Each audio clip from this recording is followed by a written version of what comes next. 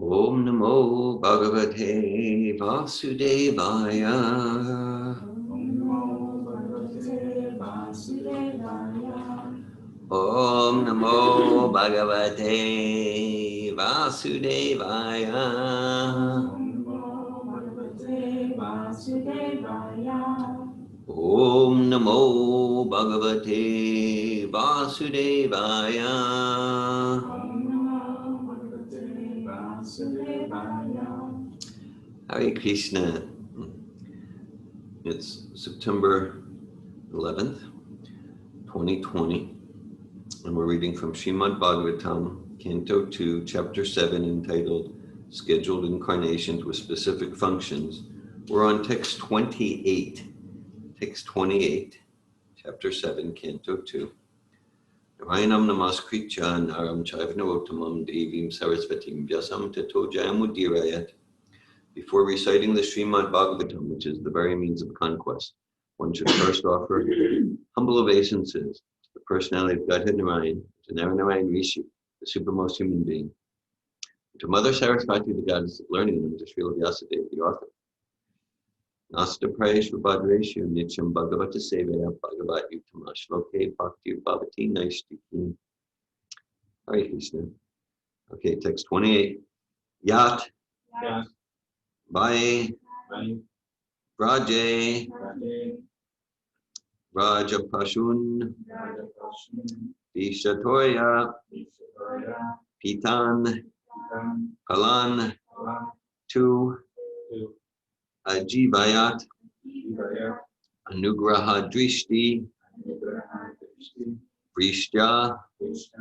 Tat. Shudhaye. Ati. Vishavirya. Vilola. Jivam. Uchataishyat. Uragam. Viharan. Radinyam. Text 28, chapter 7, canto 2. Yat vai vaje vajapashun visatoya pitan.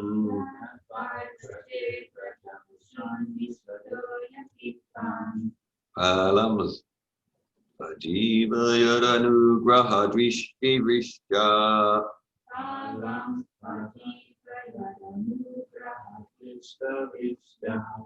Touch Chudayeti Vishavirya Vilola Jivam.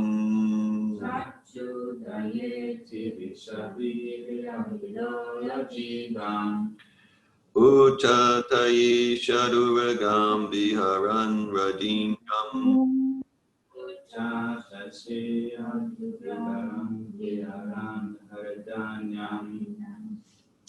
Yad vai vraje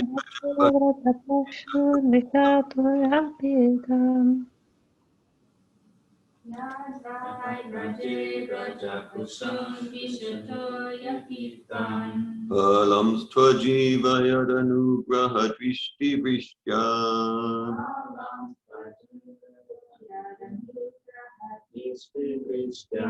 Tatchudayeti visabhirya vilola jivam.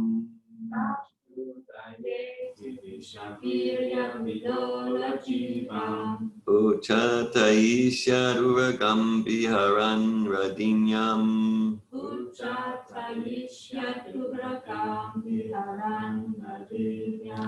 Yad vai vraje vrajapashun visatoya pitan.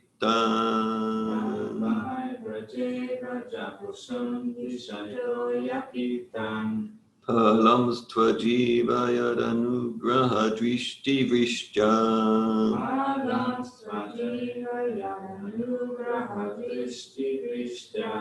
Tatchudayeti vishavirya vilola jivam.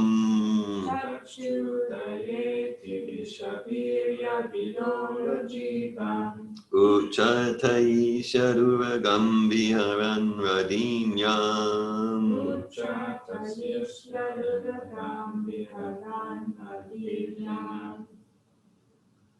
Yadvai Braje Vrajapashun Vishatoya Pitan.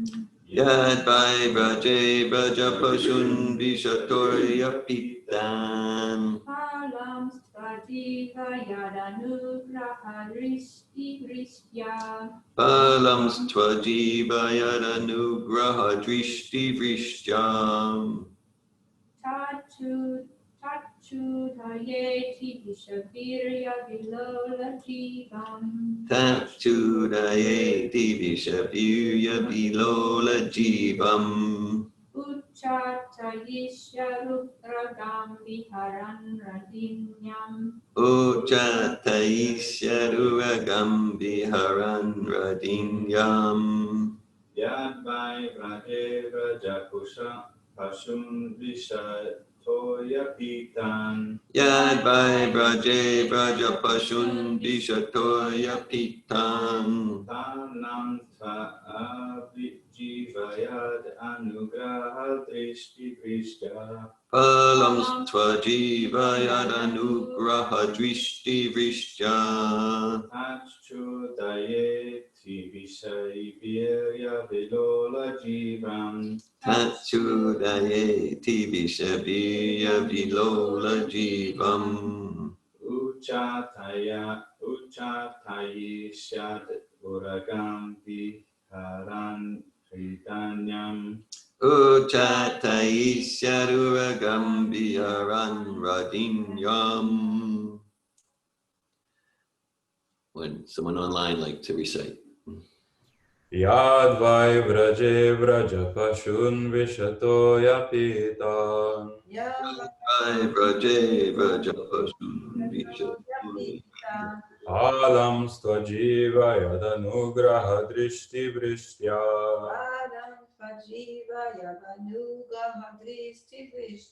Tashchudhayeti Vishavirya Vilola Jivam.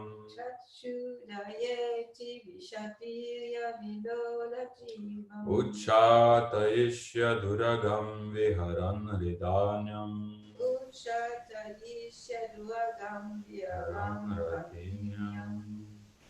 Yadva Bhaje Vrajapashun Vishatoya Pitam. Yadvai Vraje Vrajapashun Vishatoya Pitam. Padam Svajivayadanugraha Drishti Vrishya. Palam Svajiva Yadanugraha Drishti Vrishya. Tachudayeti Vishabirya Vilola Jivam. Tashchudhayeti Vishavirya Vilola Jivam. Uchatayishya Duragam Viharan Radinyam. Uchatayishya Duragam Viharan Radinyam.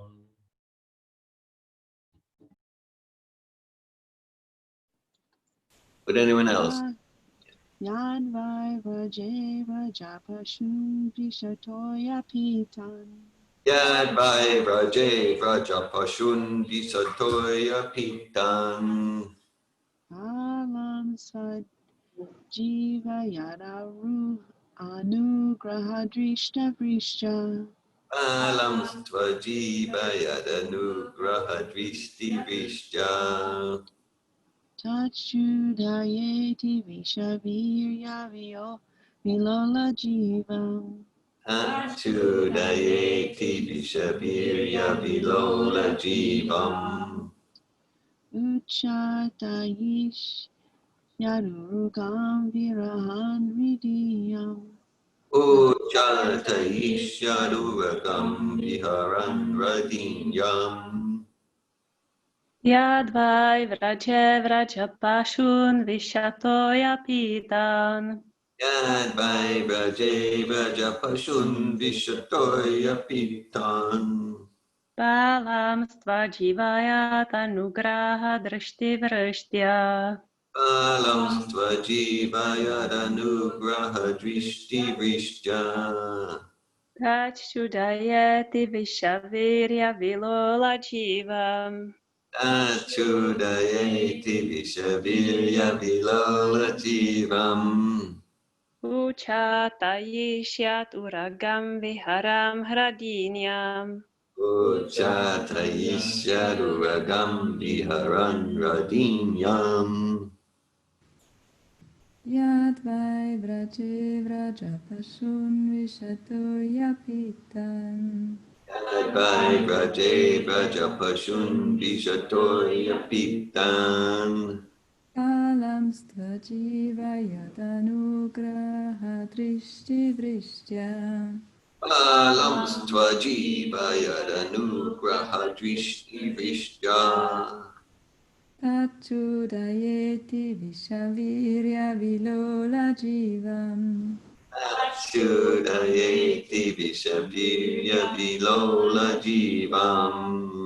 Uchatayishya durakam viharan radinyam. Uchatayishyaduragam viharan radinyam.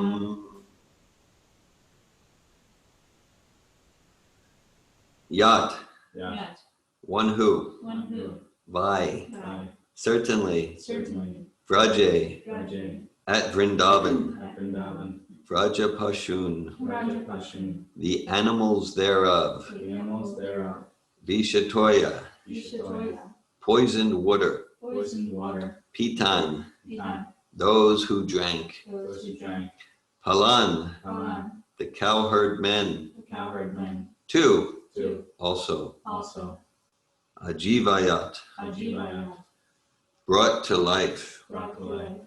anugraha drishti, Anugraha Drishti. merciful glance, Merciful glance. vrishtya, Vrishya. by the showers of, By the showers of. tat, Tat. that, That. shudhaye, Shudhaye. for purification, For For purification. purification. ati, Ati. exceedingly, Exceedingly. vishavirya, Vishavirya. highly potent poison, Highly Potent poison. vilola, Vilola. lurking, Lurking. jivam, Jivam. one who has such a tongue, One who has such a tongue. uchatayishyat, Uchatayishyat. severely punished, Severely punished. uragam, Puragam. unto the snake, Unto the snake.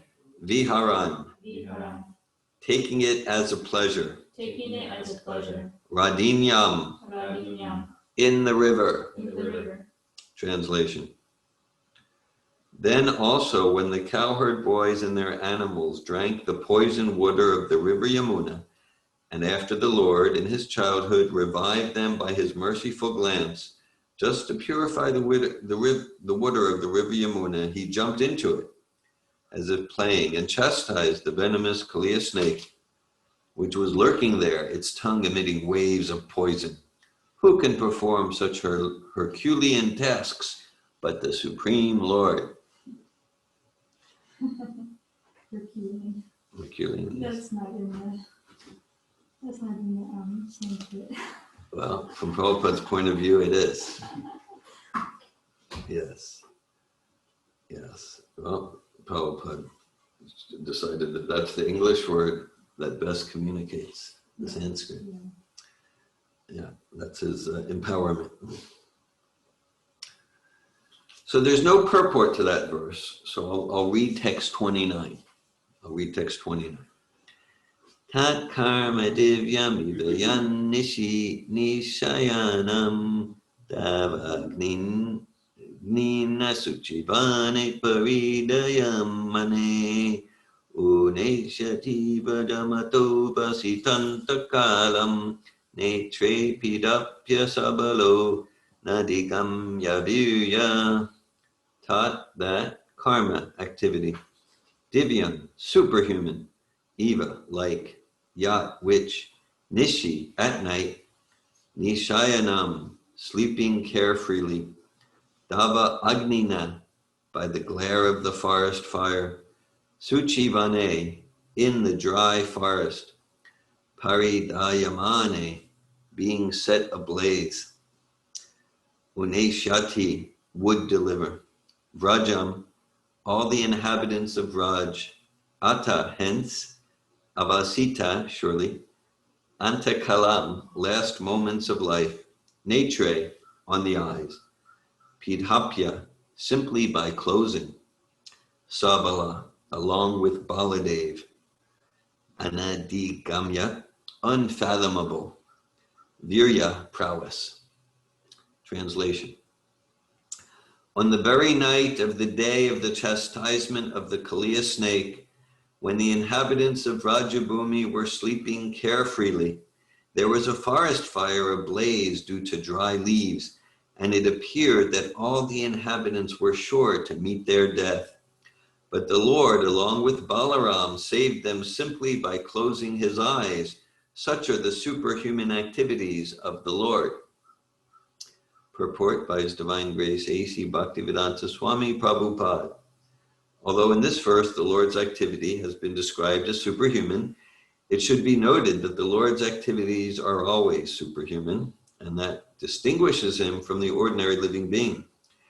Uprooting a gigantic banyan or Arjuna tree and extinguishing a blazing forest fire simply by closing one's eyes are certainly impossible by any kind of human endeavor. But not only are these activities amazing to hear, but in fact, all other activities of the Lord, whatever he may do, are all superhuman as confirmed in the Bhagavad Gita, chapter 4, text 9. Whoever knows the superhuman activities of the Lord due to their very transcendental nature becomes eligible to enter the kingdom of Krishna. And as such, after quitting this present material body, the knower of the transcendental activities of the Lord goes back home, back to Godhead.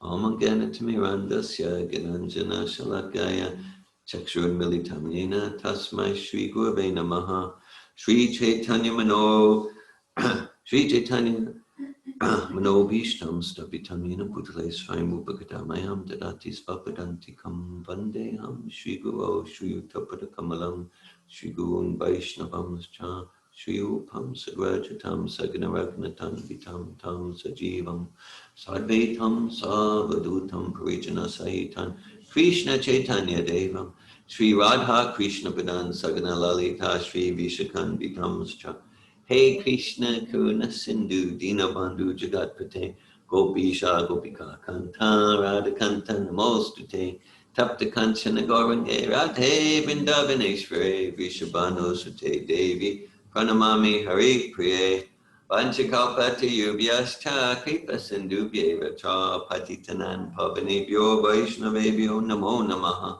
Jai Shri Krishna Chaitanya Prabhu Nityananda Shri Advaita Gadadhar Shiva Sari Gaura Bhaktavinda Hare Krishna Krishna Krishna Hare Hare Hare Rama Rama Rama Hare Hare Nama Om Vishnu Padaya Krishna Prestaya Bhutale Srimate Bhaktivedanta Swami Niti Namine Namaste Saraswati Devi Gauravani Pacharine Nirvishesha Shunyavadi Paschatya Desha Tarine.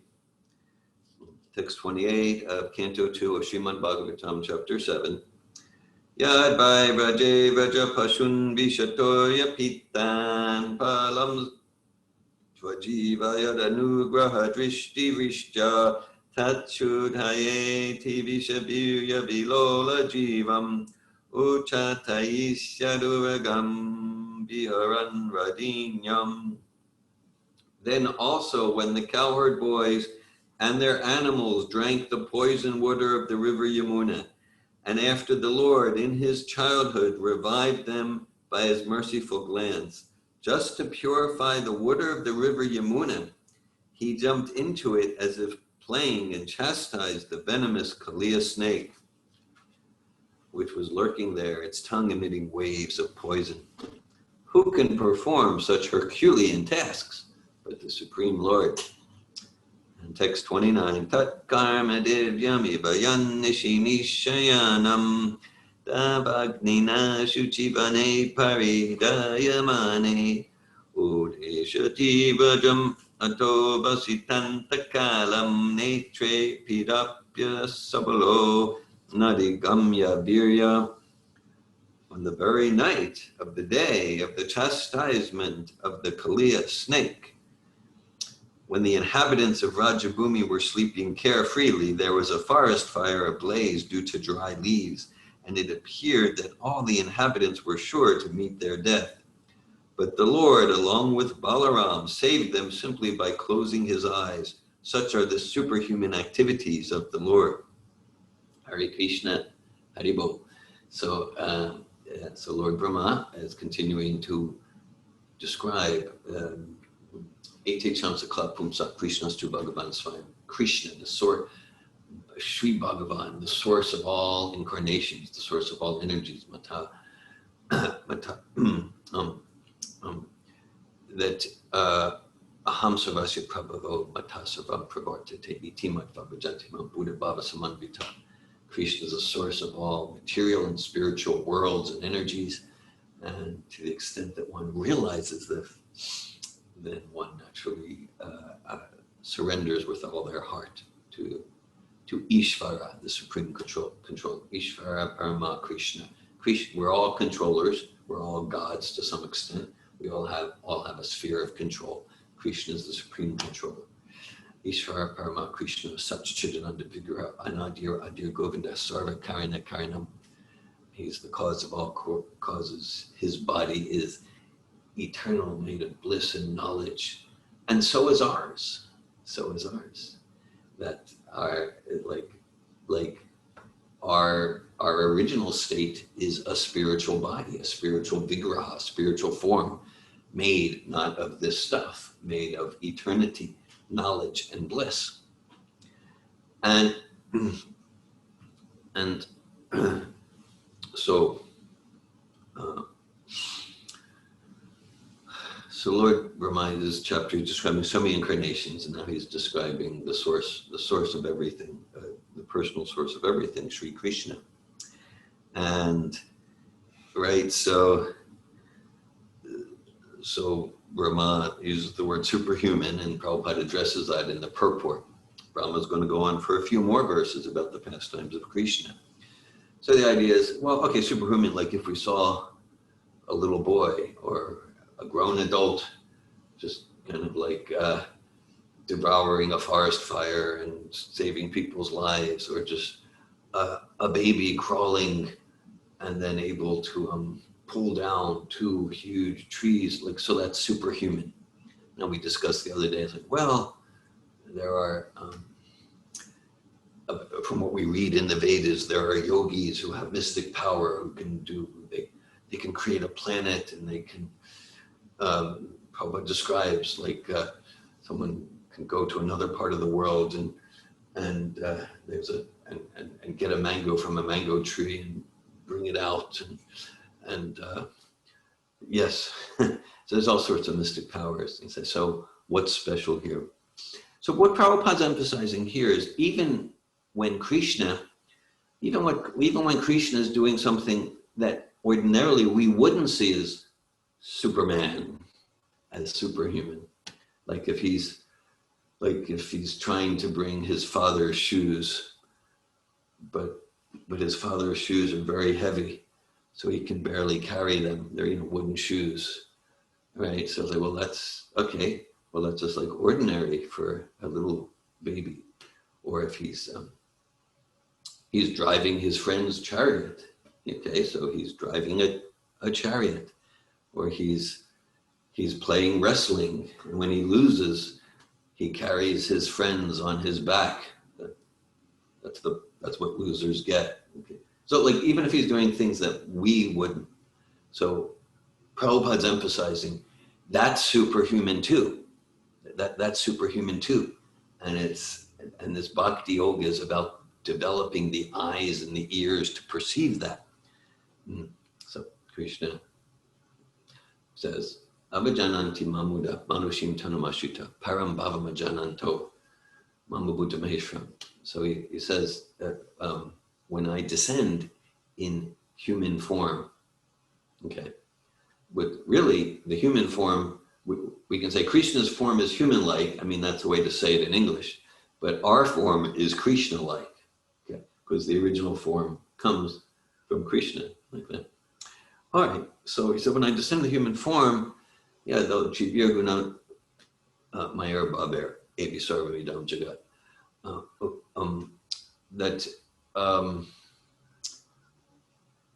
Moitam Nabijanati, he says that fools can't understand me. Those who are influenced by the modes of material nature, Aham Prakasha Sarvasya, Yogamaya Samadhrita, Mudiyam Nabijanati, Lokamam Ajamaviyam. Those who are in the modes of nature, those who don't have devotion, they won't be able to perceive me. And Prabhupada's referencing a verse here from Bhagavad Gita, Janma Karma Chamidavyam Evam Yovati Tatata. So one who has realization of the trans-phenomenal, transcendental, superhuman. Well, superhuman can imply someone like super strong, like Superman, or the superheroes we read in the comics. So that's why Prabhupada uses this word transcendental. Okay, whether what Krishna or any of his incarnations, but we're focusing on the source of all incarnations here, Krishna. That what Krishna to our ordinary vision, whether it appears amazing or that's just like an ordinary child, or okay, now he's a teenager and he's got girlfriends, or that's just kind of ordinary. Like whatever appears to our vision, it's all completely trans-empirical,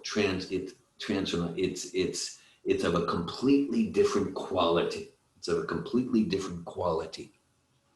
And Krishna says that to one who realizes that, then the path back to Godhead is sure. The path back to Godhead is sure. And in fact, ihayasya harirasya kramanamana sankira nikilas vapi vastasu jivan mukta suyuchate. One who's realizing that, the transcendental nature of Krishna's form, activities, quality, one who's realizing that is already liberated, even within this body. One who's realizing that is already realizing their spiritual body and their spiritual senses.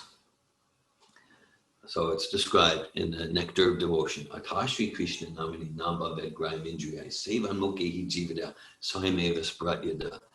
That we're not going to perceive spirit with material senses. And so this process of Bhakti Yoga, Krishna consciousness, starting with hearing, Shruti, Shravanam, it's about purifying our senses so that we're realizing Krishna's transcendental nature and our transcendental nature. And so hearing, that's what we're doing here.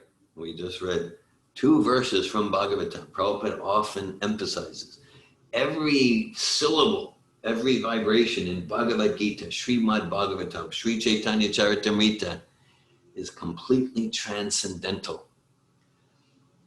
And so simply by, it's transcendental, and I'll call it's self-revealing. So we enter into the meaning, we enter into the understanding of Srimad Bhagavatam by the grace of Srimad Bhagavatam. Narayan Prabhu was saying yesterday, Bhagavad Gita is a person. And we enter into the understanding of these verses. These verses are self-revealing. And they reveal to one who approaches with a mood of devotion. It's not intrinsically about scholarship. Through devotion, we get realization. And so the more we hear, again, this transcendental sound vibration coming from the absolute platform. What we understand or not, or it's not about how much we memorize or remember. At the same time, it is part of our process of hearing. Hearing takes different forms. We chant Hare Krishna, we hear the Hare Krishna Maha Mantra, that's Shravanam. We hear Srimad Bhagavatam, we hear the pastimes. Also, part of the process of hearing is hearing the philosophy. Hearing the philosophy and giving our 100% effort with our intelligence to absorb it and to understand it. Still, whatever we understand or not, we transform our material senses, mind and intellect to spiritual senses, mind and intellect by simply exposing ourselves to the vibration. Just like, and this is why Prabhupada, he made it part of the program. Read the verse, recite the Sanskrit. Just like here, like, okay, so if we just read, so who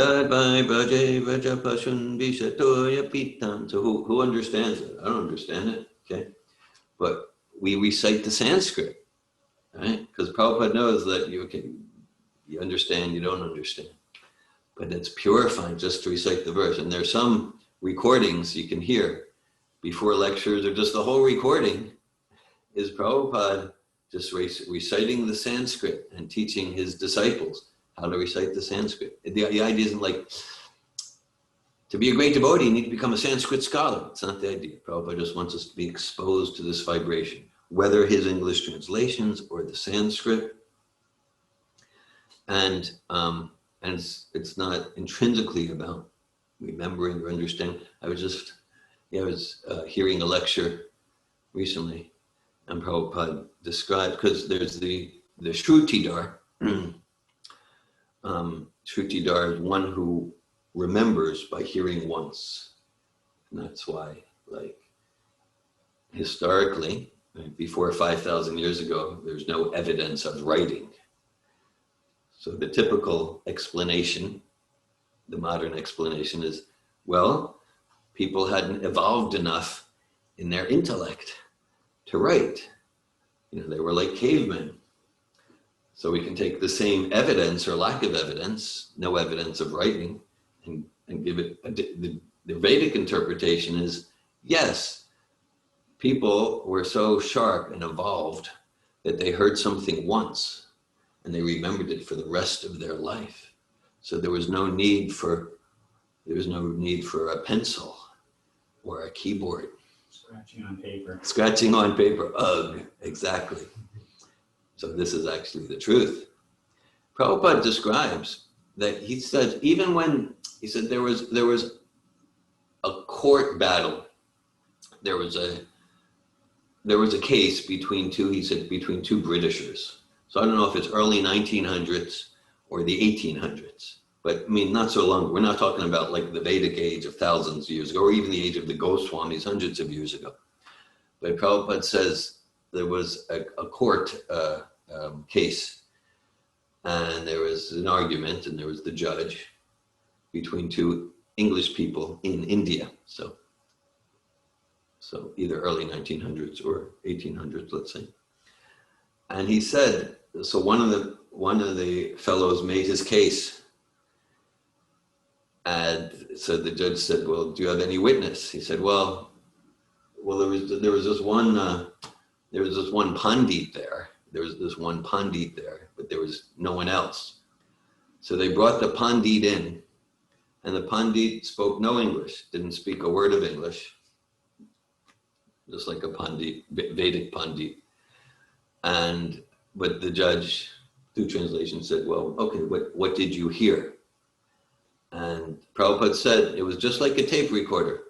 The pandit described, he didn't know what the words meant, but he heard it. And he said, yes, okay, well, this gentleman said, and this gentleman said that, and that's what it was. And he Prabhupada said it was like a tape recorder, right? Because he lived a clean, pure life. So I'm going to say, that doesn't describe my memory very well. So it is a nice practice. There's even there's a chapter in Nectar of Devotion called Techniques for Memorization. But so the idea is, it is a nice practice to let's try to commit to memory these pastimes of Krishna, the form of Krishna, shlokas like that. Still, ultimately, it's not about what we remember or what we intellectually understand. We expose ourselves into this transcendental vibration or transcendental form. Especially, it starts with vibration. It starts with the name, and then form, pastimes, qualities get naturally revealed.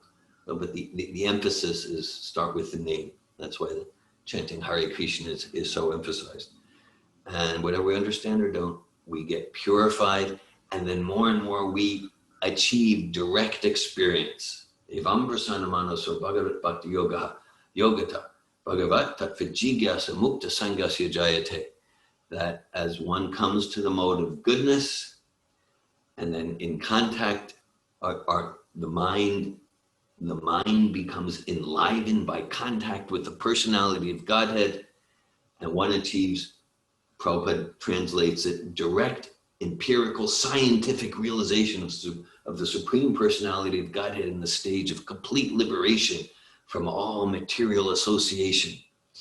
So the soul has senses. When Krishna says, Pratyakshavagamam dharmyam shushukam kartumavyam, that Krishna is talking about the soul, spiritual senses, directly experiencing all of these truths, all of these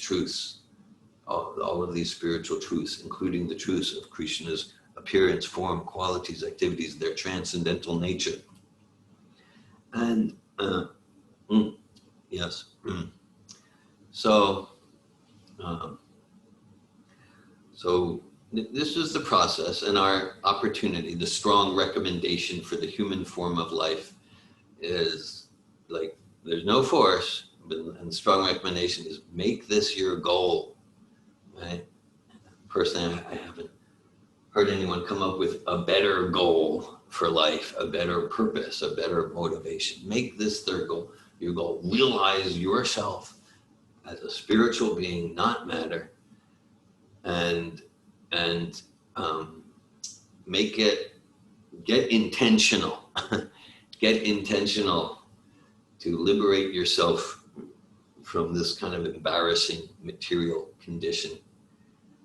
And the way to do that is this bhakti yoga. In one sense, what I just said can be seen as backwards, because the elevated pure devotees, they're not thinking that their goal is liberation from matter. They're just thinking how to love Krishna, how to serve Krishna.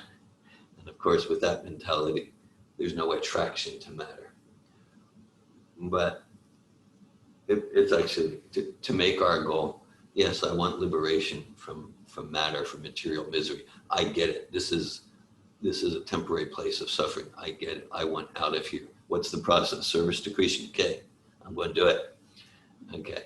So that mentality, where it might not be the topmost pure devotional consciousness, it's still quite good. It's still quite elevated compared to the goals of a materialist, whose goal is just let's enhance eating, sleeping, mating, and defending, essentially. So these devotees, Mother Yashoda, the cowherd boy, Mother Yashoda, the cowherd boys, the gopis, Nanda Maharaj, these devotees, yes, like they're at a stage. We were talking yesterday in the class. There's different rasas, different relationships, and so they're at a stage where they're transcendentally forgetting that Krishna is the Supreme Personality of Godhead. Brahma is emphasizing to Narada that Krishna is the Supreme Personality of Godhead. So in one sense, most of the time, these Vrindavan inhabitants, these devotees, they're not relating to Krishna as the Supreme Personality of Godhead. They're not relating to him as superhuman. They're relating to him as their son who needs to be guided and taken care of. Just a very attractive boy in the village, and they're like that. Okay, so that's on the other side of complete purification. Okay, so there's, in material consciousness, we see Krishna or any of God's incarnations as mundane, as ordinary. Oh, maybe some special power like Superman or something, but we don't get the transcendence. And so our process is to learn to see, realize, understand, and relate to Krishna in a mood of awe and reverence, in a mood of Krishna as the supreme person, the supreme personality of Godhead. And then, when one's completely free from anartas, Vijate Hridaya Grantis Chijante Sarasam Kshiyante Drishta Karmani Kshiyante Chasya Karmani Drishtam Eva Manishvari. That when the knot in the heart completely cut, no more doubts, just complete realization of Sri Krishna's supreme personality of Godhead. Okay, then there's no more implication in karma. At that stage, then just like Bhagavatam self-revealing, Bhagavad Gita self-revealing, then Krishna reveals these core rasas, like, and then one might come to a stage of yoga maya, transcendental forgetfulness of Krishna, in order to relate with Krishna in a way that is very sweet and affectionate for him, like the gopis, like the cowherd boys, like Mother Yashoda, like that. But that's after we've cleared the unwanted things in the heart, and that comes from serving Krishna with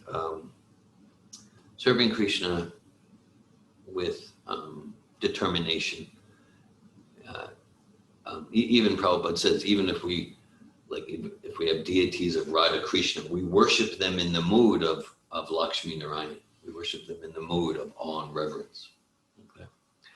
And so we endeavor to serve Krishna through the guidance of our current link to the Parampara, Srila Prabhupada.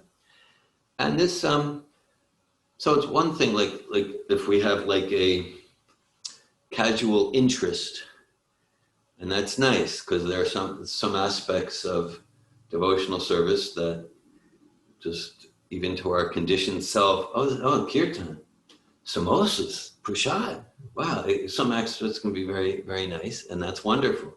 We just go to where the senses flow, and then devotional service is captivating. And generally speaking, for most everyone, if we want to like solidly, if we want to solidly progress and make advancement out of material illusion towards purification of heart, towards actual inspiration to serve Krishna, then that requires dritavrata. Satatam kirtyantamam yatantastra dritavrata. Dritavrata, drita, determination, vrata, vow, commitment. Namasyantastamam nityam nityayukto pasate. So Krishna says, yeah, my devotees, they do kirtan all the time. Satatam kirtyantamam. When? All the time, with commitment. Drita, with a vow of determination. And vow of determination in the conditioned stage, it generally means that like, today I'm not feeling like it. Today I'm not feeling like the japa. Right now I'm not feeling like giving 20 minutes to studying Bhagavad Gita. And because I'm dedicated to the path and the goal, because I love Krishna, maybe not, but just like, because I get with my intelligence for my own happiness, this is a discipline that will, that's real freedom. Real freedom means I am free to commit to that which will generally support and serve my highest good. As we often emphasize, oftentimes freedom is taken to be the opposite. Freedom means that wherever my mind and senses and eyes and tongue lead me, I go there. And then as far as making like a long-term enduring commitment that will serve my highest eternal transcendental good, I can't do that because I'm too much a slave of my senses. So freedom means the spirit soul is able to control the senses and mind to commit and discipline themselves to that which is the highest good with intelligence, with balance. As Krishna emphasizes in Bhagavad Gita, yukta hara viharasya, yukta cheshtasya karmasu, yukta swapna abodasya, Yoga Bhavati Dukkha. Krishna says this path intrinsically involves balance, temperate, to be temperate in habits of eating, sleeping, recreation, work. Okay. So that's integral to the process, that we don't become a disciplined fanatic that's usually motivated by some spiritual false ego. I want to be seen as like that. And then that often leads to one day I'm overly disciplined, pulling the reins too tight, and then maybe the next day or the next week I'm indulging in embarrassing ways. So Krishna says this process means a temperate balance, progressive, stretching in a way that's steady. Prabhupada said he's a lot more interested in steady moons than a shooting star. Prabhupada emphasized that. I was just reading one of the 1956 Back to Godhead articles by Srila Prabhupada, and he starts the article, 1956, so it's practically a decade before he came to the West. And Prabhupada, he starts the article, he said he was in Delhi, he was based in Delhi at the time, New Delhi. And he was at like the big library or something. There's maybe the main municipal library. And he said there's an inscription that says something to the effect of liberty does not descend upon a people. Liberty comes through fighting and dedication and work and like that. So Prabhupada says, yes. So if that's true of just the mundane experience of liberty, what about, and then he says, what about to actually realize God? And he compares it, because so liberty doesn't just magically happen. One needs to stand for it, fight for it. True. Okay. And then Prabhupada says, but then the same people will say, if there's God, show me God. If there's God, cannot show me God, like that. So Prabhupada emphasizes liberty is not cheap, and either is Krishna. Right? So it means like, there's a process. How much are we ready to do the heavy lifting to realize Krishna, to see Krishna? Like how much are we, Prabhupada doesn't use the term heavy lifting, but you get the idea. So, yes. And so, so this process, all parts of it, are very attractive to the soul. Our opportunity is more and more to be a touchstone for spiritual transformation, such that our every vibration, our every motion, our every thought, I feel completely aligned to say that, and I feel very distant from it, but at least it's true that by following Srila Prabhupada, who's giving us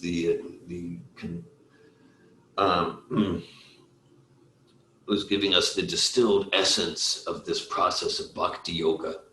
By following Srila Prabhupada, then more and more, our every thought, our every action, our every vibration, anyone contacts us in any way, and they get transformed. So it's something for us to aspire to, just like Srila Prabhupada.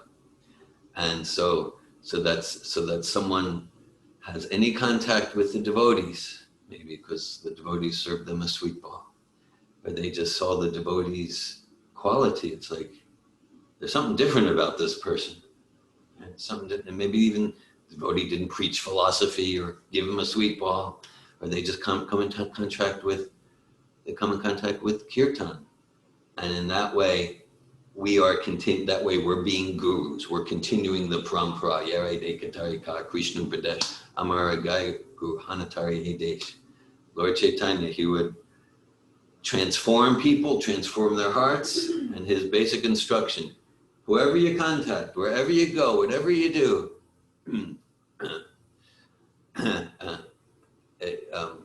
wherever you do, just represent the science of Krishna consciousness with your heart, with your soul, with your words, like that. And it's transcendental. So this word, Prabhupada uses so much, means like we are transcendental. The soul, we're thinking we're this dream material life, but the soul's transcendental, and that's why any transcendental activity, any transcendental vibration, it's attractive for the soul, even if in this lifetime it seems, that's weird, that's strange, but the soul's attracted to Krishna consciousness because it speaks to the soul. I was speaking to someone not long ago, and she, several years ago, she went through like Safatov courses, foundational, advanced, and very powerful, spirit, amazingly powerful. And then she saw after the courses that were into the Hare Krishna thing, and she wasn't reactive. She was just clear, like, well, that's not me. That's not me. I'm not into that. Okay, whatever. The course was amazing. Okay. And then, she was trying to do some archaeology text. She was trying to figure out where it started, but maybe she came to a program or a cooking class or something. And now it's several years later, and now she's feeling like, what happened to the me that said, I have no interest in this. Now she feels like she's in a whirlpool, and it's like she's gotten sucked in, and she's like beyond the point of no return. She's a little angry with me. She insisted there should be a label, warning, this is addictive stuff. Sounds exciting. Yeah, right. That would be honesty in advertising, like that. And so whatever, yeah, I mean, for sure, based on my conditioning in this lifetime, there'll be nothing about me would want to serve God, Krishna, blue boy, chant a mantra, right?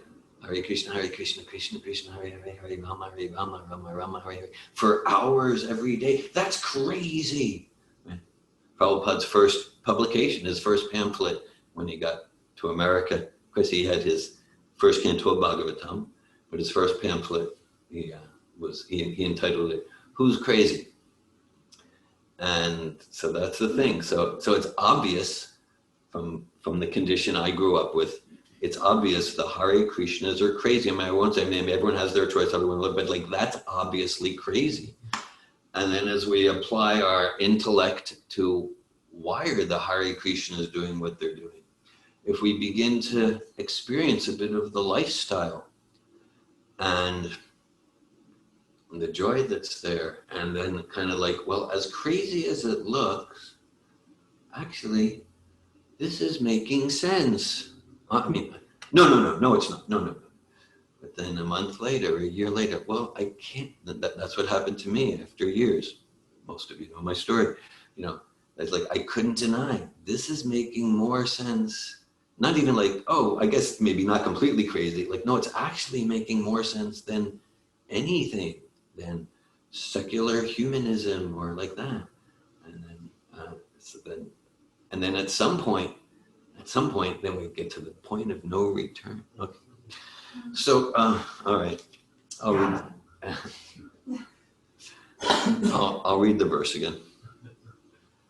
Ya bhai bhaje bhaja pashun vishatoya pitan palam stvajiva yadanugraha drishti vishcha tachudhayeti vishavirya vilola jivam ochataisha duragam viharan radinyam. Then also, when the cowherd boys and their animals drank the poisoned water of the river Yamuna, and after the Lord in his childhood revived them by his merciful glance, just to purify the water of the river Yamuna, he jumped into it as if playing and chastised the venomous Kalia snake, which was lurking there, its tongue emitting waves of poison. Who can perform such Herculean tasks but the Supreme Lord? Tat karma divyamivayan nishayanam Davagnina suchivane paridayamane unishati vrajamato pasitanta kalam netre pidhapya sabalo Nadigamya virya. On the very night of the day of the chastisement of the Kaliya snake, when the inhabitants of Rajabhumi were sleeping carefreely, there was a forest fire ablaze due to dry leaves, and it appeared that all the inhabitants were sure to meet their death. But the Lord, along with Balaram, saved them simply by closing his eyes. Such are the superhuman activities of the Lord. Hare Krishna, thanks for listening. I welcome any comments or questions at this time. What did Krishna do when he closed his eyes? Okay, so Damayanti, you're asking what did Krishna do when he closed his eyes? Okay, so it's an interesting question, because from my first, if we read Krishna book, there are two chapters about Krishna. One's called like Krishna extinguishes the forest fire, and the other is called Krishna devours the forest fire. And one happens right after Kaliya, the pastime. Then there's Krishna, as Brahma describes, he extinguishes the forest fire. And then there's the Dhenukasura pastime, the donkey demon. Dhenuka, we can see the English word donkey comes from Dhenuka. And then there's another forest fire about to destroy all the inhabitants of Vrindavan. And then Krishna he extinguishes it in a different way. So, I mean, the image I have, maybe it's based on a painting, is Krishna just sort of like, he kind of breathes in and he just inhales it and it's extinguished. But maybe in one of them, maybe in one of those two chapters, it's described as simply by closing his eyes. Again, because that's the thing, like, it might not linearly make sense. And also, Brahma talks about Balaram was also about. So we could read those two chapters. They're both short chapters. Now, it's an important point, because even if in neither chapter it says he closed his eyes, right? In one sense, Krishna's pastimes are unlimited, and Brahma has access to nuances that might not be, exactly described in the 10th canto. And an interesting part about those pastimes, because Krishna liberates the Kaliya snake and his wives, the Nagapatnis, and his wives, the Nagapatnis. And then, as described here, the residents of Vrindavan, they're taking rest very peacefully, carefreely, and then the forest fire, and like that. And then when the forest fire happens, this is one of those times where it's the residents of Vrindavan, they make it clear, they do know that Krishna is the Supreme Personality of Godhead. Generally, they're in Yoga Maya, but then like this fire's coming, it's going to burn them all up. And then they go, Krishna, you're the Supreme Personality of Godhead, you can do something.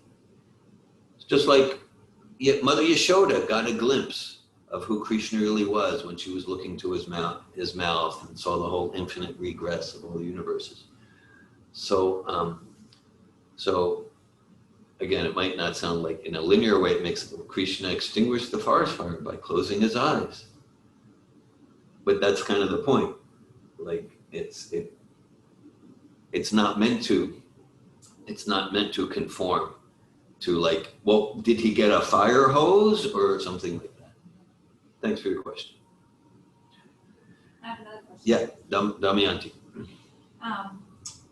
You said in the class that you were sharing how it's helpful and valuable to memorize verses Sure. and songs and the stories, and then at the end of sharing all that you said, but just being immersed in the sound vibration is more essential. So it's not like we need to memorize and be able to speak it, but at least hear it.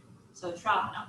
Yes. And okay, so Shravanam is slightly more important than Kirtana, or Sure, I don't sure. know if I'm saying it right. Okay, yeah, okay. And then I have like another. Okay. So yeah. Well, Shravanam is foundational. Because kirtan, actually, we think of kirtan means we got a mridanga and a harmonium or like that. Kirtan really means to describe. The Sanskrit word for Vedanta krit, Vedavit, evacham. It's right. Krit means to write.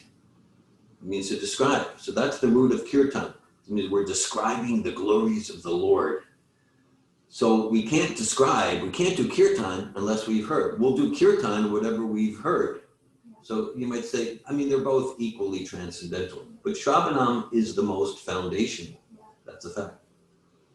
Yeah, so, yeah, it was, when I heard you say that, you said, here, you said name is the most essential.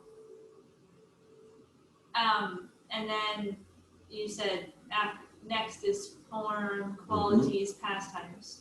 Yeah. And I was wondering if there's like a parallel between like Shravanam and name, and the next is kirtan and form and past, like, you know, because there's like these nine processes of devotional service, and then there's these different categories of knowing of the Lord, and I wondered if like it continues to be like parallel, because the first two or three are there's a connection. Or first one is Shravanam, kirtan, and name. That's nice. Thank you, Damayanti. I appreciate that. You know, I've never thought about it in that particular connection. At the same time, like form, and deity worship, right? You know, so there's a parallel that further down the line. I don't know if they're how parallel it is, because I know there's 9, and then the categories are shorter, I think 5 or something. Name, form, qualities, pastimes. Yeah, and then entourage. And right. So through Shravanam Kirtanam, hearing and chanting, then it's true. Then the form, qualities, and pastimes get revealed. At the same time, what you're saying, it makes sense. But even before Archanam, there's Smaranam, remembrance, which means like the yogi meditating on the form of Krishna in the heart, whether it's forearm super soul or Shama Sundar. So Smaranam and then Archanam, these refer to form, and then pastimes like Atmanivedanam, that's Bali Maharaj, that relates to entering into the pastimes. So it seems to me that that connection is very real and relevant. Thank you. And then the my point about memorizing or like that's not the key thing. At the same time, memorizing can certainly help us to be in that essence. It can help us to okay, my mind wants to go here and there, but okay, let me what were those 5 shlokas I learned from Bhagavad Gita last month? And so that can help us to be absorbed in the essence of absorption and transcendental sound vibration.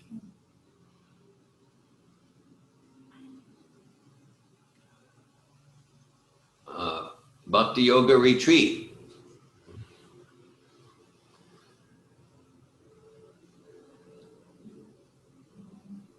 But about the memorizing, I was thinking also of the pastime of Gajendra. Yeah. And so often I think about that. I think, okay, what shloka I really do know very deeply.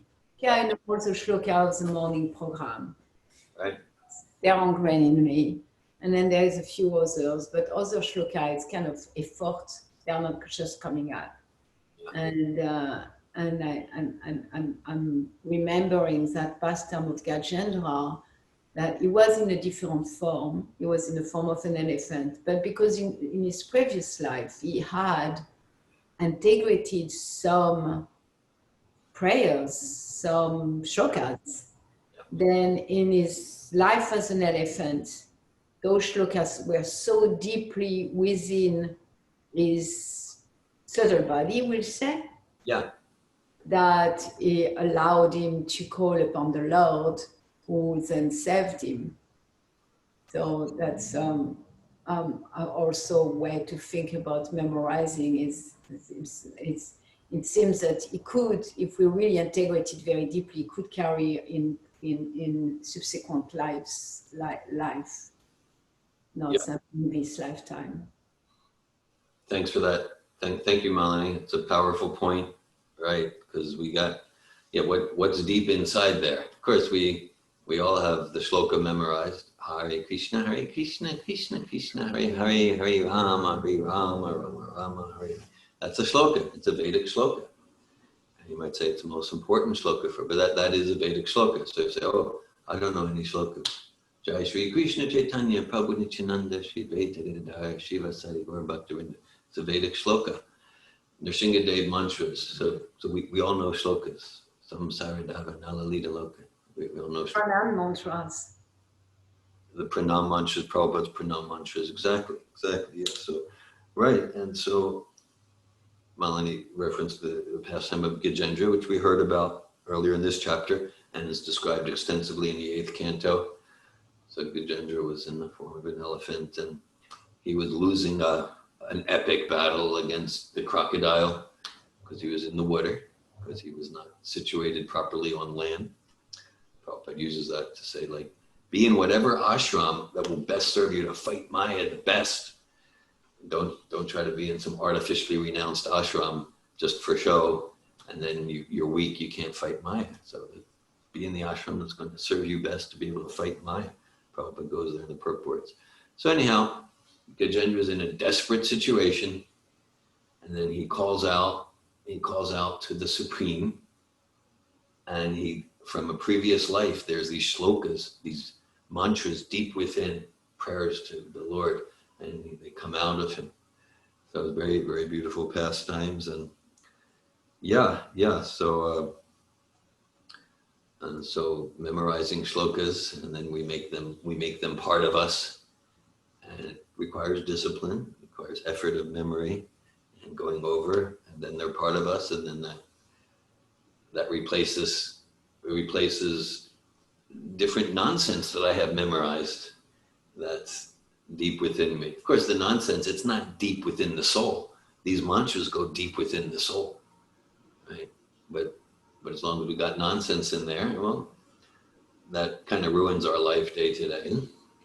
And then at the time of death, that nonsense will clutter our consciousness and influence our, where the soul goes. So that's another powerful reason to memorize shlokas. Shlokas includes the bhajans of the acharyas. It could be an English sentence, one English sentence from Prabhupada's purport that moves our heart. Let me memorize that. And then it's good use of time and makes an enduring impression on the soul. Thank you, Melanie. Thank you. Hare Krishna. Adini Shakti. I'm appreciating this conversation about memorizing verses and your class. Also, like to memorize verses, even in this lifetime, we can get into situation that there is no internet or no book. And then it's nice to have some verses at least to take wherever. And then thanks. Me, I really appreciate the verse, whatever verse I have in there. Even like it's a little difficult to fall asleep. Generally, I fall asleep pretty quick. It's not a problem for me. But let's say it's taking me a few minutes to fall asleep, 10, 20 minutes. Great. Like I'm not even like, oh, tomorrow I won't be rested enough. Chintamani Prakarasat Masu. Okay, I'm going to go over Brahma Samhita. I'm going to go over 2nd chapter, 1st canto. You're waiting at a bus stop. You're waiting in line, whatever. So, okay. I mean, there's always Hare Krishna Maha Mantra, and for variety, just like Ladini Shakti said. Thank you. And then I also have a question, and that's about the awe and reverence. You are speaking about like approaching Krishna with awe and reverence. And like what I got from you, but I'm not sure, is like that, like it should be our mood, like at the first place, like always. Is it what you are saying? Yeah. Even if we might be reading about Krishna and the gopis from Prabhupada's books, Krishna and the cowherd boys, Krishna and Mother Yashoda. So we read and we hear these very sweet and affectionate, non-awe and reverence pastimes. Still, we want to cultivate a mood of awe and reverence. True. So I understand that's like for like safety and like not sahaja and like that, but also like I'm not aware that I would see it like very often, but maybe I'm just missing it somehow, that like Srila Prabhupada would like speak about it or like that, like. So I guess I would like to hear more like where maybe Srila Prabhupada speak about it, or like, anyway, I don't. Okay, yeah, right. That's there. You know, I could dig up some quotes. If they're leaving, make sure they get Prashant. Yeah. Okay. Yes. Yeah. There are quotes from Prabhupada, even like what I referenced. Even what I referenced. Yeah, it's not like abundant quotes, but like there are letters. Prabhupada says, even we're worshiping Radha Krishna, it's Vrindavan, but we're worshiping in the mood of Dvarka, of Vaikuntha planets. So there are direct letters like that. And so there's a few direct quotes. And then there's, if we just look at the totality, of Prabhupada's teachings, then we'll see he's giving us those most intimate, affectionate exchanges, those rasas. And at the same time, you know, if we look at the totality of the teachings, there's so much direction, instruction to regard Krishna in his aspect as the Supreme Personality of Godhead. So there's a few direct quotes like that. Okay, so like I guess I understand like that it's helpful, or like why it would be, but still like I don't know. So like if I like in the introduction of Bhagavad Gita we are just reading, he says the five basic relationships with Krishna, like the neutral, my understanding is the awe and reverence, right? Yeah. Neutral. And then service and like parent and friend and like a relationship. So like I guess like if I feel something else that's wrong. No, it's not wrong. We want to feel it. We want to feel it, and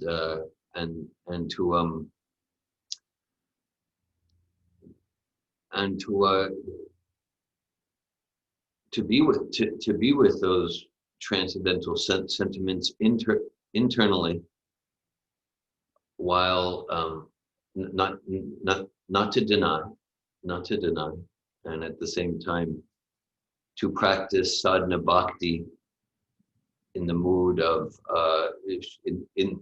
in the mood given to us, by Srila Prabhupada. And then, so yeah, as you said, we're in the beginning of Bhagavad Gita, Prabhupada gives those different rasas. And to say like, yeah, here's where we're going. Here's where we're going. And to get there, here's the process. And that involves praying to serve Krishna, worshiping him with awe and reverence, according to the deity worship that we get from Srila Prabhupada. And then naturally, some sentiments may come, like, I want to care for Krishna, following in the mood of Mother Yashoda, like that.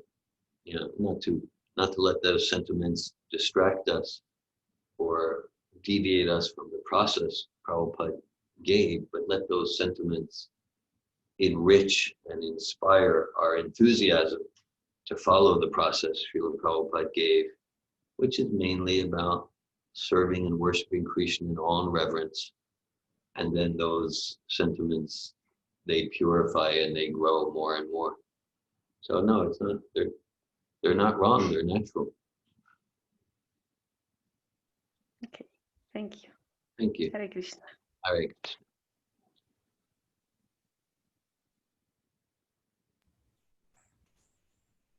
I was thinking about what you said about the Shrutidar.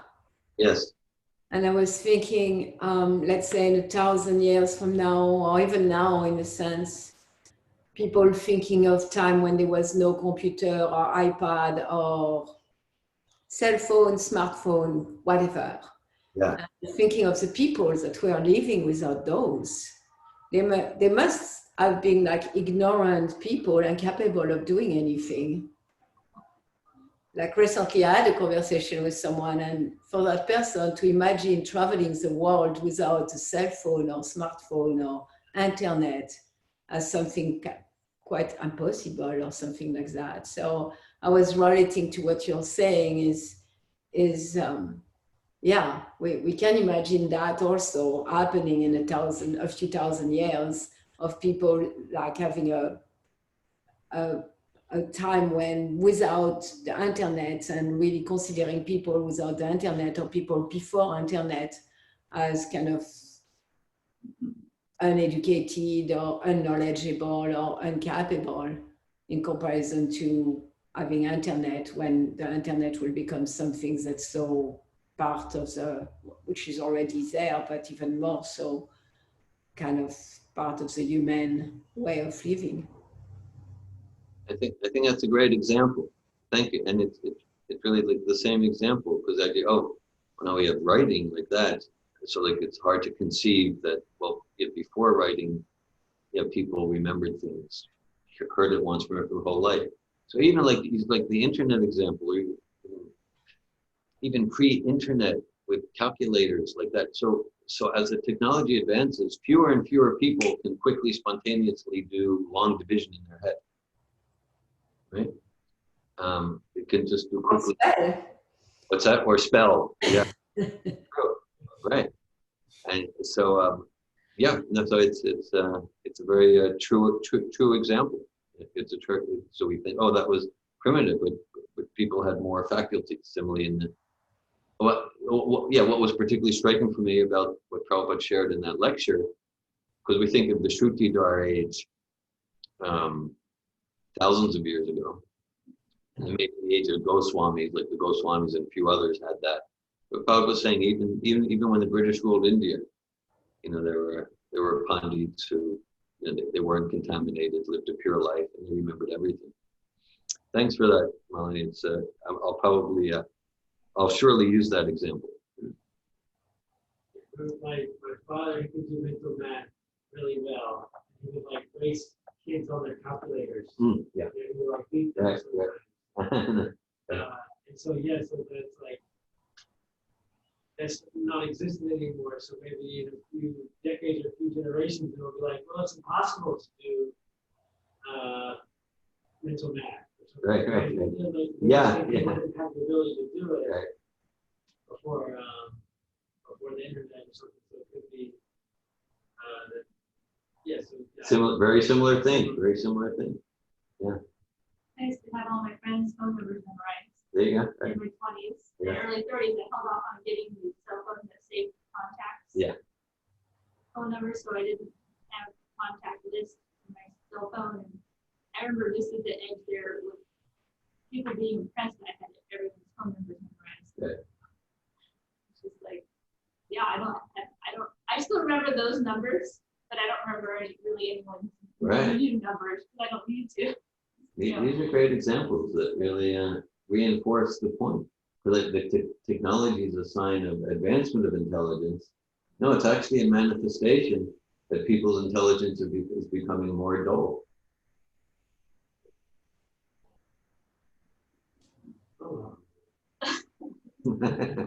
Yeah. We can use it all in Krishna. So just like, okay, we're using this internet for discussing Bhagavatam.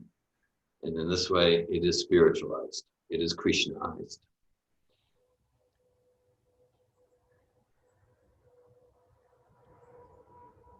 Thank you all for your association. Srimad Bhagavatam ki jai.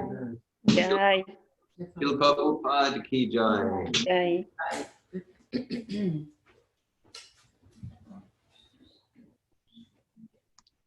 I'm just reading, letters now how Prabhupada is using, he's like about the purchase. It's like super sophisticated IBM composer. You're going? Yeah, Rebecca had to leave when he said this. She didn't think she had to leave. Here, take them for Sean. She already left. I won't see her.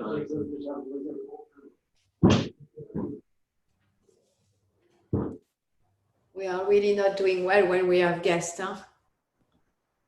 What? Yeah. Hare Krishna. What did you say? Hare Krishna. I was speaking to my roommate. I'm waiting for Dhira Govinda to come back. I'm glad you're there. He knows you're coming back? Mm, He knows you want him to come back? he will come back because he will need to take his computer.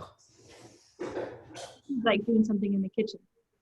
Want me to Yeah. tell But afterward, he is going to come back to stop his computer. So I'm just waiting for him to come back. recording now since I'm here? Naturally, he will come back. I'm glad you're there.